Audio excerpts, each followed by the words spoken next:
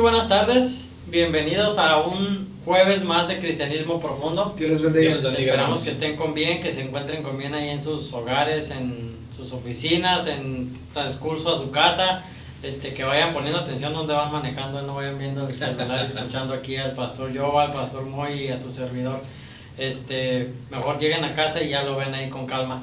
Les damos la bienvenida y antes de seguir con esta lección les hacemos la recomendación de siempre: tenga ya a la mano su Biblia, su lápiz, papel, una bebida, vaya al baño para que no se pierda ninguna. Bueno, yo sé que le pueden poner pausa, ¿no? Ahí al video, pero o sea que él sí tiene bebida y nosotros sí, ahora no, pues es que ahora el productor de Cristianismo Profundo no se puso las pilas. Nada más se sirvió para él mismo, nada más el productor. Sí, ahí quedó ya como testimonio. Sí, hermanos. Mándenos una cajita de ampolletitas, hermanos, para ponernos ya aquí. Un Folgers, no podemos decir marcas, sí, se me salió. Bueno, una lata de café por lo menos ahí, Sí.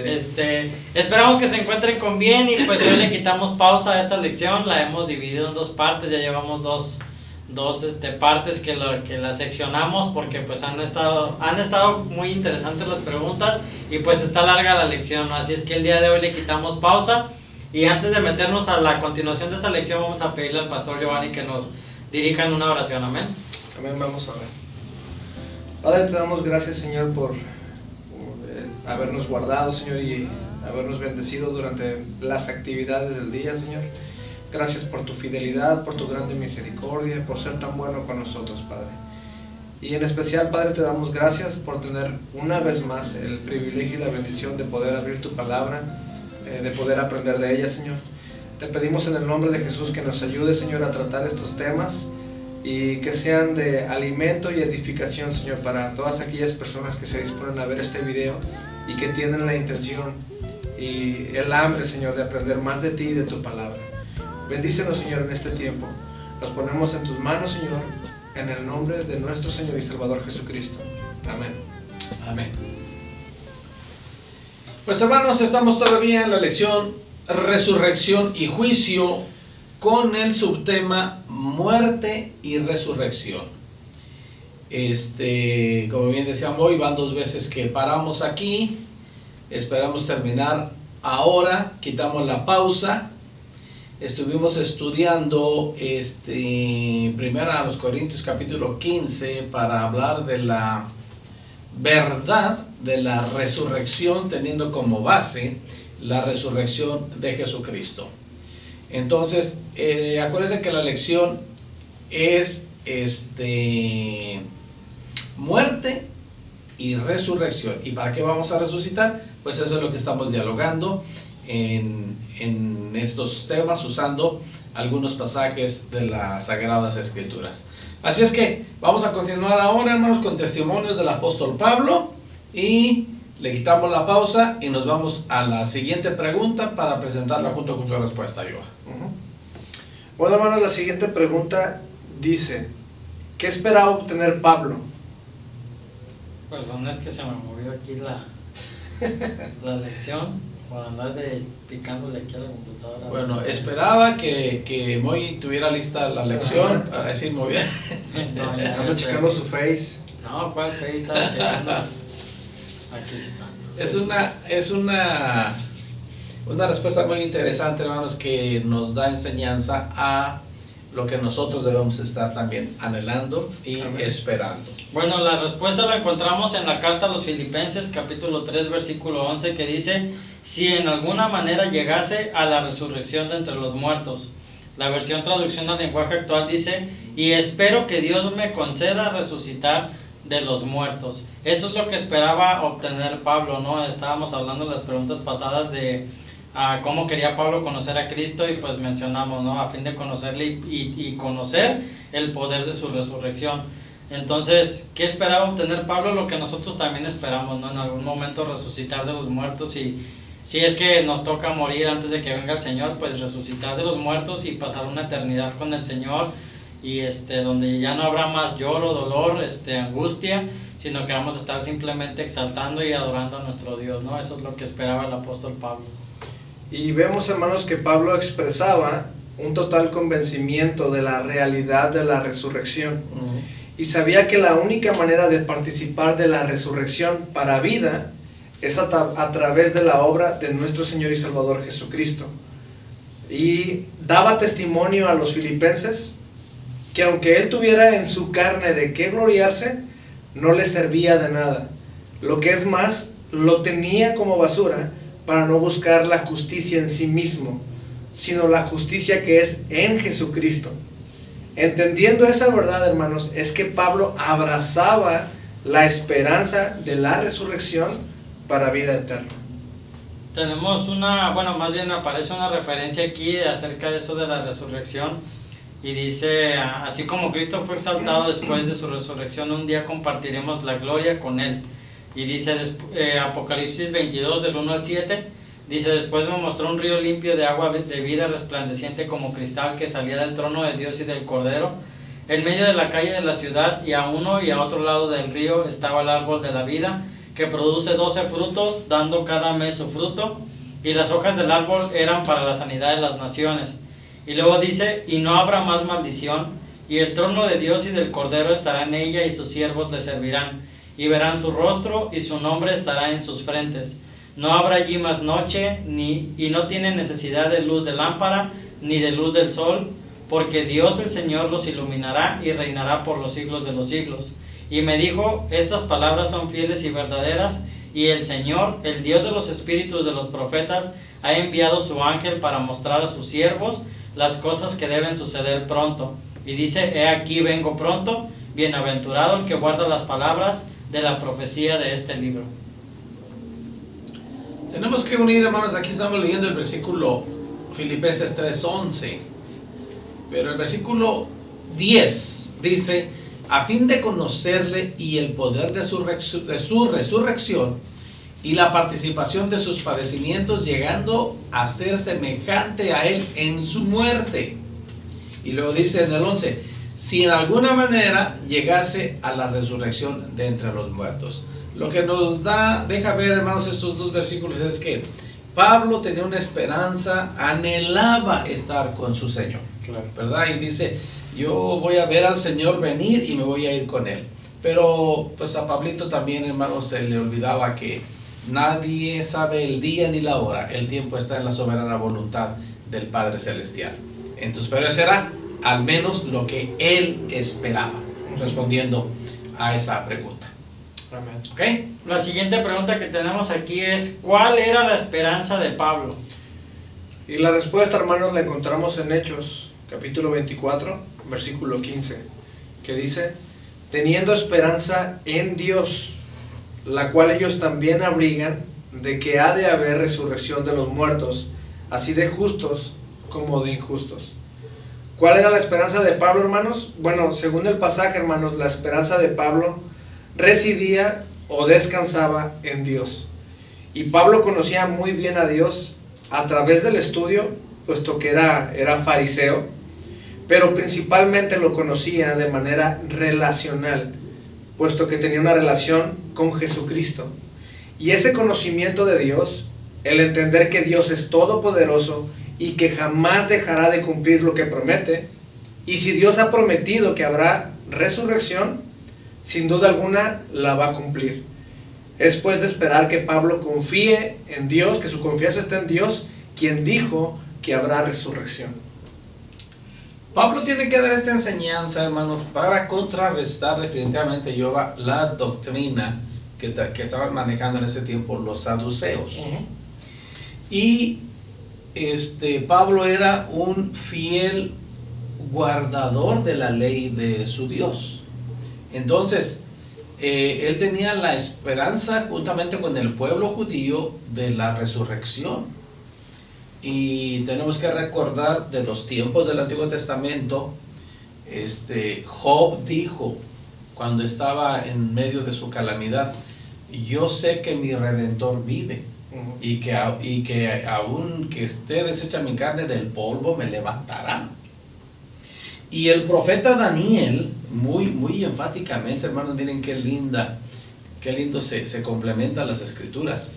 En Daniel capítulo 12, versículo 2 dice, y muchos de los que duermen en el polvo de la tierra serán despertados, unos para vida eterna y otros para vergüenza y confusión perpetua. Y luego da un mandamiento, hermanos, a los que caminan delante del Señor: los entendidos resplandecerán como el resplandor del firmamento, y los que enseñan la justicia a la multitud como las estrellas a perpetua eternidad. Entonces, lo que está diciendo aquí, ¿cuál era la esperanza de Pablo? Pues de acuerdo a cómo se ha venido enseñando en la ley del Señor, pues si me toca, espero la resurrección para estar eternamente con el Señor. Correcto. ¿Ok?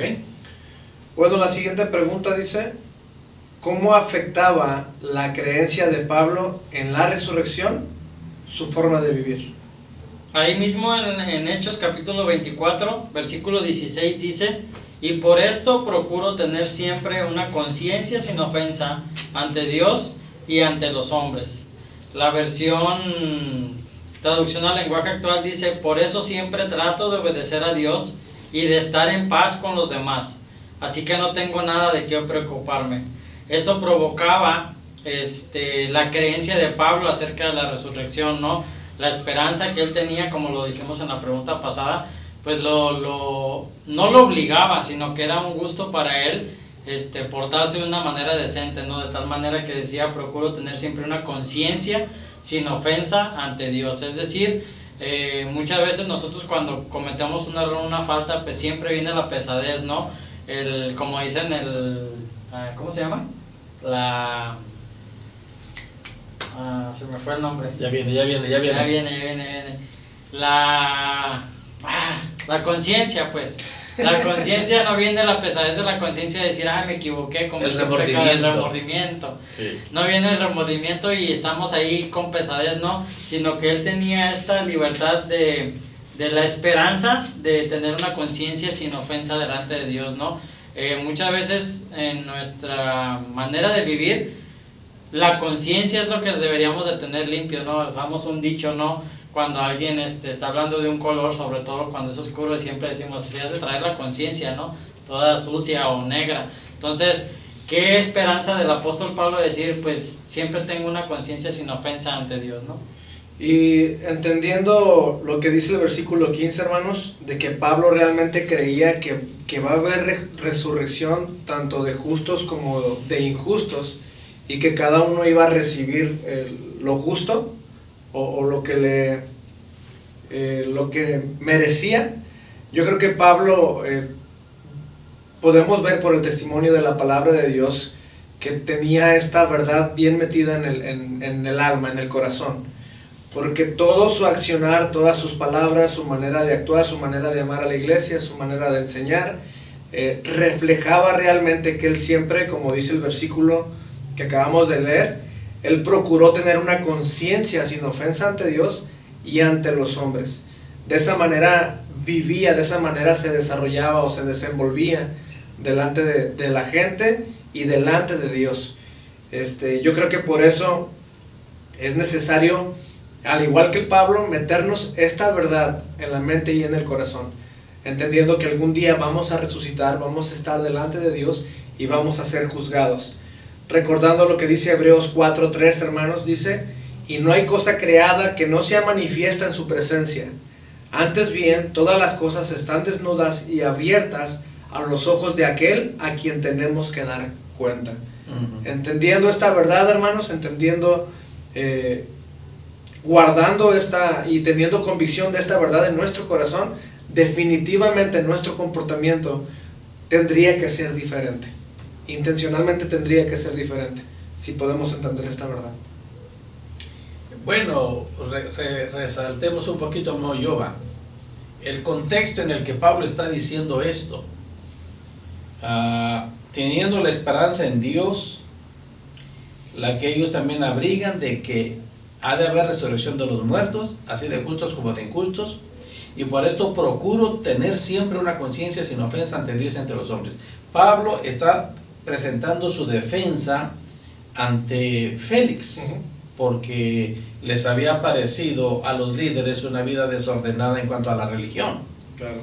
Pero Pablo se atreve a pararse ante este señor y decirle: yo procuro tener siempre una conciencia sin ofensa ante Dios y ante los hombres. Qué testimonio, hermanos, Sí. que podamos pararnos de esa manera y decir: así es como yo vivo. Porque Pablo sabía lo que venía.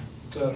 Pablo sabe lo que venía. Le escribió a los Corintios en 5:10 de Corintios: porque es necesario que todos nosotros comparezcamos ante el tribunal de Cristo, para que cada uno reciba según lo que haya hecho mientras estaba en el cuerpo, sea bueno o sea malo. Sí. Vamos a hablar de eso también más adelante. Y en 1 Corintios, lo que decía muy hace rato, segunda, capítulo 1, el versículo 12. Porque nuestra gloria es esta, el testimonio de nuestra conciencia. Ahí estamos. Que con sencillez y sinceridad de Dios, no con sabiduría humana, sino con la gracia de Dios, nos hemos conducido en el mundo, y mucho más con vosotros. Sí. Con el testimonio de nuestra conciencia, y con sencillez y sinceridad. Y hay más versículos aquí del apóstol hablando en sus cartas, partiendo de aquí de este evento en el libro de los Hechos, donde está haciendo su defensa ante Félix. Entonces, eso es lo que Pablo está testificando.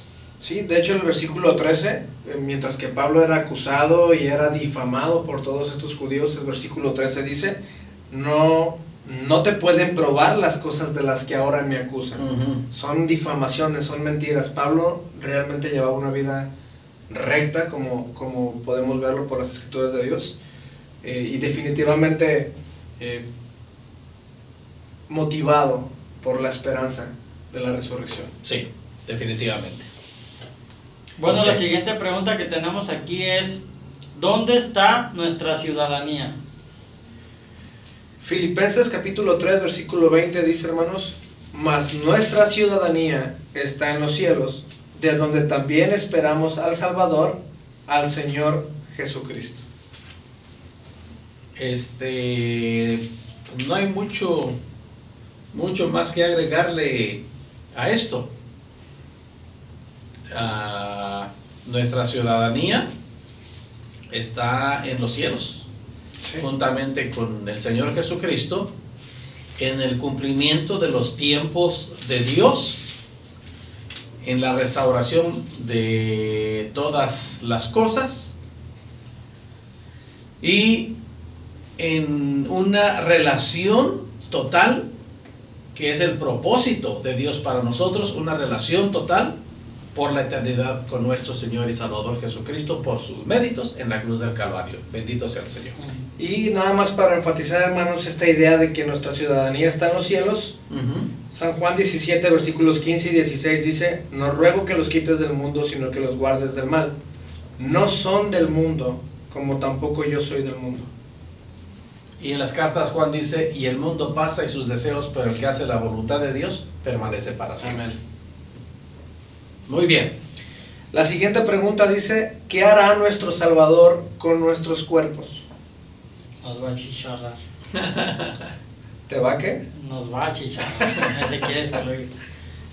Filipenses, ahí mismo, la carta a los Filipenses, capítulo 3, pero el versículo 21 dice: el cual transformará el cuerpo de la humillación nuestra, para que sea semejante al cuerpo de la gloria suya, por el poder con el cual puede también sujetar a sí mismo todas las cosas. Es decir, este cuerpo que ustedes ven bello y esbelto y hermoso, va a ser transformado en un cuerpo todavía más bello y hermoso y resplandeciente.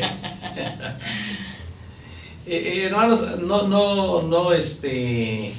no quitemos nuestra vista de la expresión aquí: transformará. El Señor lo va a transformar. Por eso, hermanos, es que no tenemos ningún problema con entender que esta carne, según dice la palabra de Dios, que el polvo vuelve al polvo. Sí. Ya sea sepultado con el proceso natural de la descomposición, finalmente carne y hueso se convierte en polvo. Por algunos misterios de la tierra, en algunos lugares hay cuerpos que se momifican, hay partes que se secan, pero todo lo demás finalmente se convierte en polvo. Los cuerpos que desaparecen en el mar, tragados por alguna bestia marina, se convierten en nada, etcétera, etcétera. Entonces, hablábamos la semana pasada que el Señor preparará un cuerpo glorioso para darlo a todos aquellos que resuciten en el tiempo que Dios lo tiene señalado, para recibir un cuerpo glorificado y poder entrar a la presencia del Señor. Sí, y este pasaje igual sirve para entender, hermanos, lo que veíamos, si no me equivoco, hace 15 días, de que para responder a otro tipo de ideologías que creen en una reencarnación en animales, o otros que creen, no recuerdo cuál era la filosofía, aniquilacionismo. ¿Sí? Que se acaba todo. Ajá, que creen que simplemente morimos, se desintegra el cuerpo y se acabó. Bueno, la cosmovisión cristiana enseña que nuestro cuerpo va a ser glorificado y vamos a vivir en el reino de nuestro Señor y Salvador Jesucristo. El ejemplo es este: el nuevo cuerpo del creyente será como el de Cristo después de su resurrección, diseñado y adaptado por completo para la vida en el cielo, para estar por toda la eternidad con nuestro Señor y Salvador Jesucristo. Cuando tenga una chancita, lea ahí 2 de Corintios 5, del 1 al 10, te va a dar una ampliación a lo que estamos hablando también un poquito más. Donde habla también de comparecer delante del Señor. Bueno, según a los Corintios capítulo 5, versículo 6, estar presente en el cuerpo es estar. Dice el versículo: así que vivimos confiados siempre y sabiendo que entre tanto que estamos en el cuerpo, estamos ausentes del Señor. O sea que estar en este cuerpo es estar, pues viéndolo así más o menos, es estar distanciado del Señor, ¿no? Porque nuestra carne es carne, tenemos deseos, apetitos y gustos. Entonces, si viviéramos en espíritu, pues sería otra cosa, ¿no? Mientras el creyente, hermanos, viva en esta tierra, como decíamos hoy, definitivamente estará alejado de la plenitud de la presencia de Dios. Sin embargo, Pablo no dijo que que no tuviera comunicación en lo absoluto. Por eso tenemos una gran enseñanza en la palabra acerca de la oración, acerca de el Espíritu de Dios que mora en el interior del creyente, y acerca de la comunión con Dios por medio de su palabra. Lo que Pablo está expresando aquí, hermanos, es el anhelo ferviente de vivir con el Señor en el cielo, cuando recibamos la plenitud. Efesios 1:20 dice que cuando nosotros escuchamos el Evangelio y respondemos al Evangelio, somos sellados con el Espíritu Santo, que apenas son las arras de nuestra herencia, esperando el tiempo de la plenitud. Entonces, por eso es que expresa eso aquí en el cuerpo. La pregunta es, estar presente en el cuerpo, ¿qué significa? Vivimos confiados siempre, sabiendo que entre tanto que estamos en el cuerpo, estamos ausentes del Señor.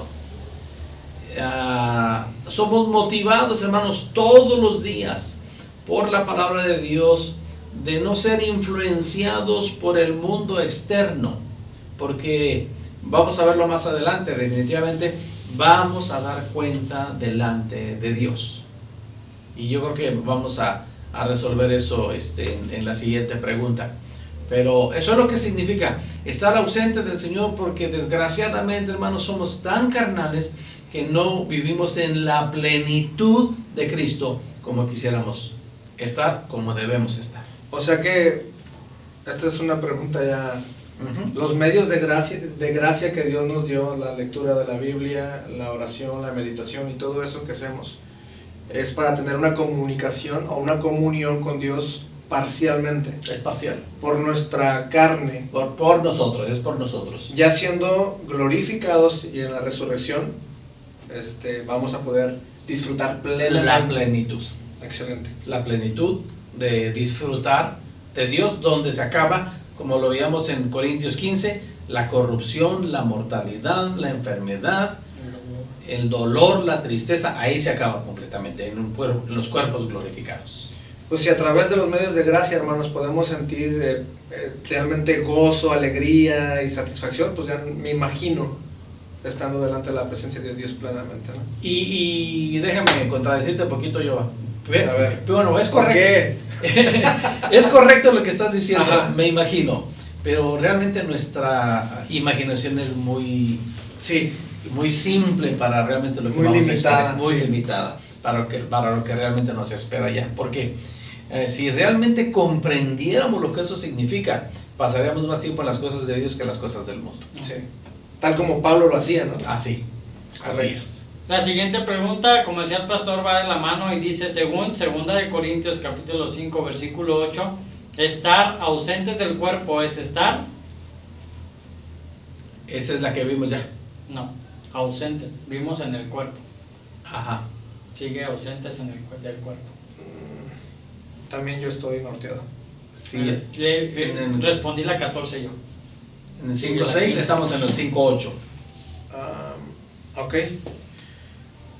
Ok, según 2 Corintios 5:8, estar ausentes del cuerpo es estar, pero confiamos y más quisiéramos estar ausentes del cuerpo y presentes al Señor. Pues es prácticamente lo que Es lo que estamos veníamos diciendo. ya quisiéramos estar allá. Pero como Sí. el otro día bien decíamos hoy, ya quisiéramos estar allá, pero Espérame tantito. Ajá, todavía no. ahí está nuestra debilidad. Hay una lucha, es la carne. Ahí Es está, la carne. exacto, por lo que tú quieras, porque amo mi familia, porque disfruto mi familia, porque quiero estar con mi familia, porque hay ciertas cosas de este mundo que me agradan, me gusta la comida, me gusta tomar ciertas El cosas. Señor tendrá cortes allá arriba. Ahí está. No, ya no va a haber necesidad, ya no va a haber necesidad, no vamos a tener que sustentar este cuerpo miserable de carne. Y eso, pues, eso es precisamente lo que está diciendo Pablo aquí, ¿no? Ausentes en el cuerpo y presentes al Señor. Amén. Por cuanto el cielo es un lugar mejor que la tierra, Pablo prefería haber estado allá con Dios. Esta es una declaración sincera de los sentimientos y anhelos de Pablo que van de la mano con el versículo 6 que estábamos platicando hace ratito, por eso nos confundimos. Aparentemente dice lo mismo, pero no es lo mismo. Una cosa es ausentes del cuerpo y otra cosa es estar ausentes del Señor. Muy bien. Bueno, siguiendo con la siguiente pregunta, dice, ¿dónde compareceremos todos algún día? Segunda a los Corintios capítulo 5 versículo 10 dice, porque es necesario que todos nosotros comparezcamos ante el tribunal de Cristo para que cada uno reciba según lo que haya hecho mientras estaba en el cuerpo, sea bueno o sea malo. Decía un hermano el domingo esta expresión, ¿no? Hablar de esto se me enchina la piel, ¿no? Y es real. Hablar de que en algún momento vamos a estar cara a cara con el Señor y que vamos a hacer, vamos a comparecer delante de Él para recibir lo que hayamos hecho, sea bueno o sea malo, debe de causarnos temor, ¿no? Y debe de causarnos, como decíamos en la pregunta del apóstol Pablo, tener una conciencia sin ofensa delante de Dios. Hermanos, aquí es muy interesante notar y resaltar que estamos hablando del tribunal de Cristo. Rendir cuentas, hermanos, de lo que hicimos en nuestra vida, es decir, en el cuerpo. Acciones que tuvieron lugar durante la vida del creyente, en su trabajo, en su ministerio terrenal. Esto, hermanos, no incluye pecados, porque el juicio de estos ya se ejecutó en la cruz del Calvario por Jesucristo. Amén. No es un juicio para condenación, es un juicio para rendir cuentas. Pablo aquí se está refiriendo a todas las actividades que los creyentes realizan durante la vida, que se relacionan con su recompensa y elogio eterno de parte de Dios. En eso es donde debemos tener temor hoy. ¿De qué nos va a coronar el Señor? ¿Por qué? ¿Por qué? Por asistir cada domingo a la iglesia y estar en la banca y terminar, irme a la casa, me olvido de la Biblia, me olvido de Dios y el siguiente domingo ahí estoy otra vez. Hermanos, definitivamente eso no tiene ninguna recompensa. Sí. Entonces está hablando de la actividad que hacemos simplemente, hermanos, por conocer a Cristo. Y cuando dice la expresión al final, hermanos, sea bueno o sea malo, estos términos, hermanos, no se refieren a bueno o malo en el sentido moral, puesto que la moralidad tiene que ver con el pecado. Todo lo relacionado con el pecado ha quedado resuelto por completo con la muerte del Salvador. Gloria a Dios. Pablo quería establecer una comparación entre las actividades de valor eterno y todas las que son triviales.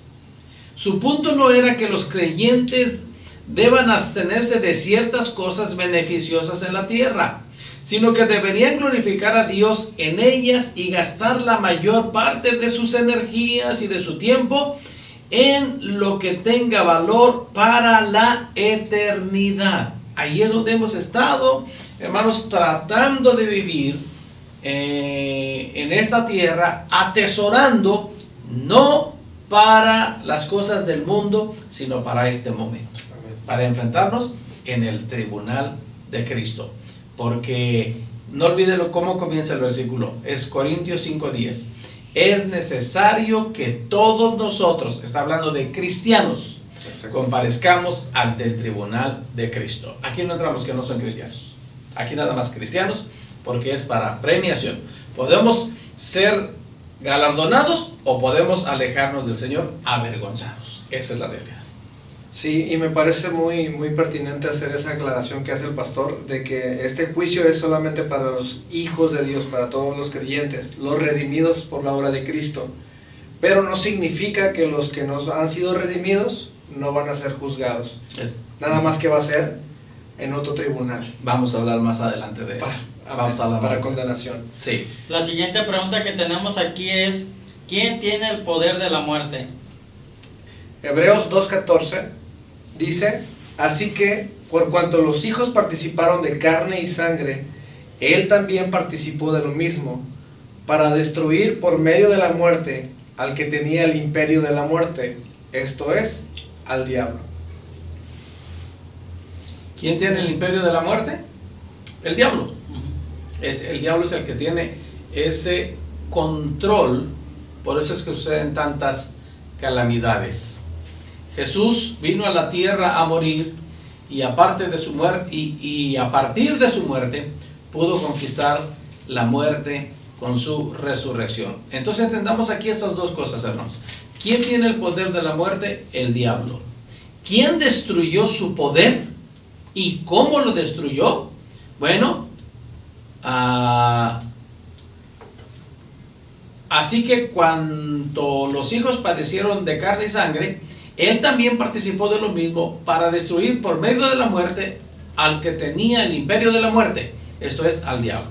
Es decir, el diablo tenía el imperio de la muerte. Cristo con su muerte le quitó el imperio de la muerte. Amén. Híjole, qué enredoso parece, hermanos. Qué enredoso, pero no. Al conquistar la muerte, hermanos, utilizó todo poder que Satanás pudiera usar en contra de todos los redimidos por la sangre de Jesucristo. El uso que Satanás hace actualmente, hermanos, del poder de la muerte está sujeto totalmente a la voluntad permisiva de Dios. Tenemos como ejemplo la vida de Job. Dios le permitió a Job tocar todo su exterior, pero fue muy claro el Señor en el capítulo 2, versículo 6 de Job cuando le dijo: pero no toques su alma. Entonces ahí es donde el Señor tiene todo el control. ¿Cómo es? Dios soberano. Todo. Cuando somos de Dios, pues no debemos de tener ningún temor de la muerte, ¿no? Y me impresionó mucho un testimonio de un pastor, amigo de mis papás, que fue a visitar a su hermana. Bueno, no era su hermana de carne, pero esta señora adoptaron a este pastor y vivió con ellos y creció con ellos, pero esta hermana pues le habló para estar en sus últimos momentos. Y algo que comentaba este pastor dice: yo llegué y la vi feliz, estuvimos cantando con ella, estuvimos leyendo la Biblia y de repente cerró sus ojos sonriendo y descansó. Se fue. Ajá. Entonces dice, yo pude ver que mi hermana no le tenía temor a la muerte, y es algo que estamos viendo ahorita, ¿no? Como cristianos, como hijos de Dios, no debemos de tener ese temor a la muerte, ¿no? ¿Y qué significa esto, hermanos? ¿Que no vamos a llorar?